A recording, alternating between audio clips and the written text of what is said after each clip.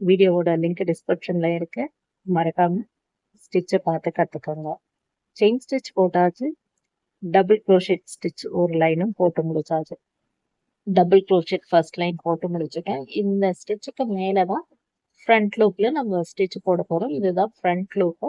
இப்போ இது ரெண்டாக இருக்கிறது 2 லூப் வழியாக நம்ம ஸ்டிச் போடணும். இது பேக் லூப். நம்ம பக்கமாக இருக்கிறது ஃப்ரண்ட் லூப், அந்த பக்கமா இருக்கிறது பேக் லூப். இதை கரெக்டா நீங்க தெரிஞ்சு வச்சுக்கோங்க. இது ஃப்ரண்ட் லூப். இப்போ அடுத்த லைன் ஸ்டார்ட் பண்றதுக்காக 3 செயின் ஸ்டிச் போட்டு இந்த பேட்டர்னை திருப்பலாம்.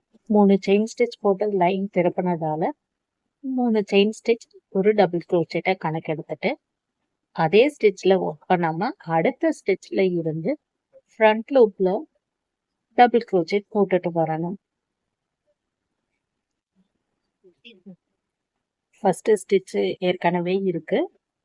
அடுத்ததா இருக்கிற இந்த ஸ்டிச்ல ஃப்ரண்ட் லூப் நம்ம பக்கமா இருக்கிற லூப் வழியா ஊசி உள்ள விட்டு அந்த பக்கமா இருக்கிற ரன்னிங் நூலை ஊசியில மாட்டி எடுக்கும்போது 3 லூப் கிடைக்கும்.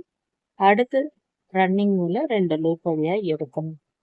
மறுபடியும் நான் ஸ்லோவில் காட்டுறேன், நல்லா கவனிங்க.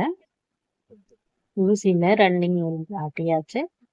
அடுத்ததா இருக்கிற ஸ்டிச் வழியா ஃப்ரண்ட் லூப்ல மட்டும் ஊசியை உள்ள விட்டு அந்த பக்கமா இருக்கிற ரன்னிங் நூலை இந்த ஃப்ரண்ட் லூப்ல